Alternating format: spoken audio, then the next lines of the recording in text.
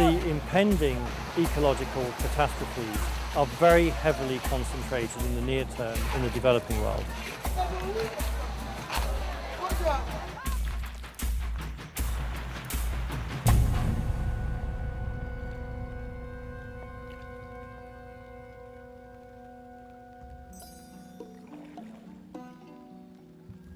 There is a very real prospect that we will see 25 to 30 million people in Bangladesh displaced over the next 50 to 60 years. What we could see on a global scale is 360 million people becoming climate change refugees. Now, in a country like Bangladesh, to have 25 to 30 million climate change refugees raises questions for the whole future of human development in health, in education, in nutrition, and that's why we're arguing in the report that we really need to focus very strongly on the near-term threats that are now facing the world's poorest countries. What you can see here is the way in which a single flood event can really affect people's lives.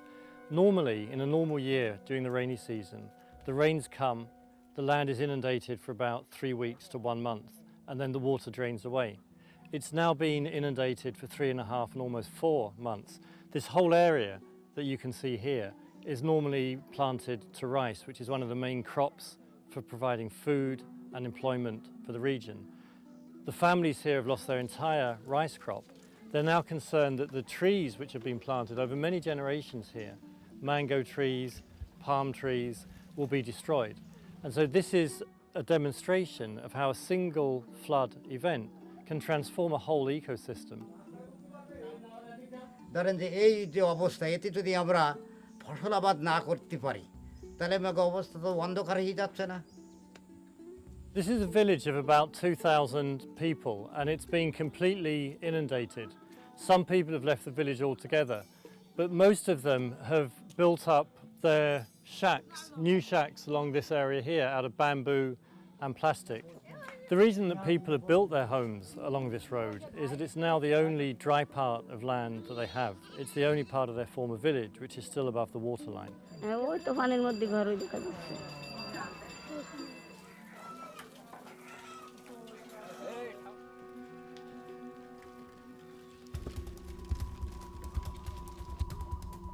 The developing countries are the ones who are going to feel it first and hardest, and the sad fact is that they are not the ones primarily responsible.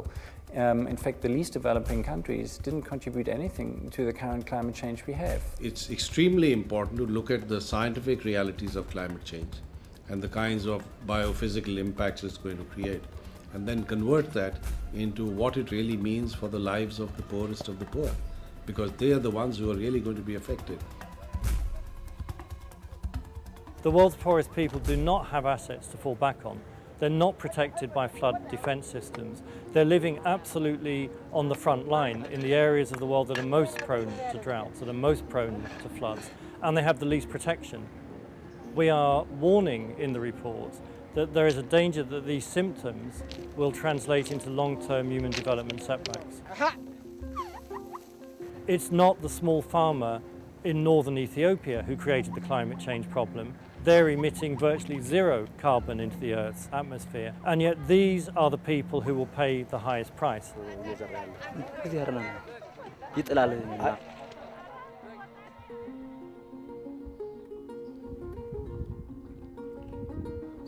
The part of the house is very light, it's from wood, and when the water is coming higher, it's automatically going to rise, and it's from a house to a boat.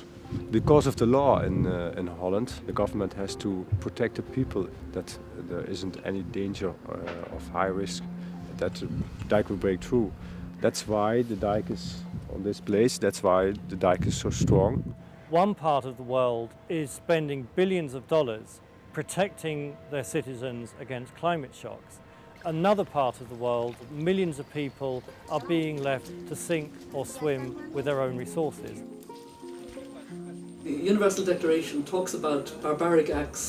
Is it not somewhat barbaric to continue with energy policies that you know are going to have this impact, and not have a much more rigorous approach to change? the target ought to be to keep global temperature increases within a 2 degrees centigrade threshold. Now, in order to do that, we need to see the world's richest countries cutting their emissions by at least 80% by 2050. That is possible. We have to stop treating the Earth's atmosphere as though it's a free resource, and we have to stop treating CO2 emissions as though they don't have a cost attached. They do have a very high cost attached for humanity as a whole.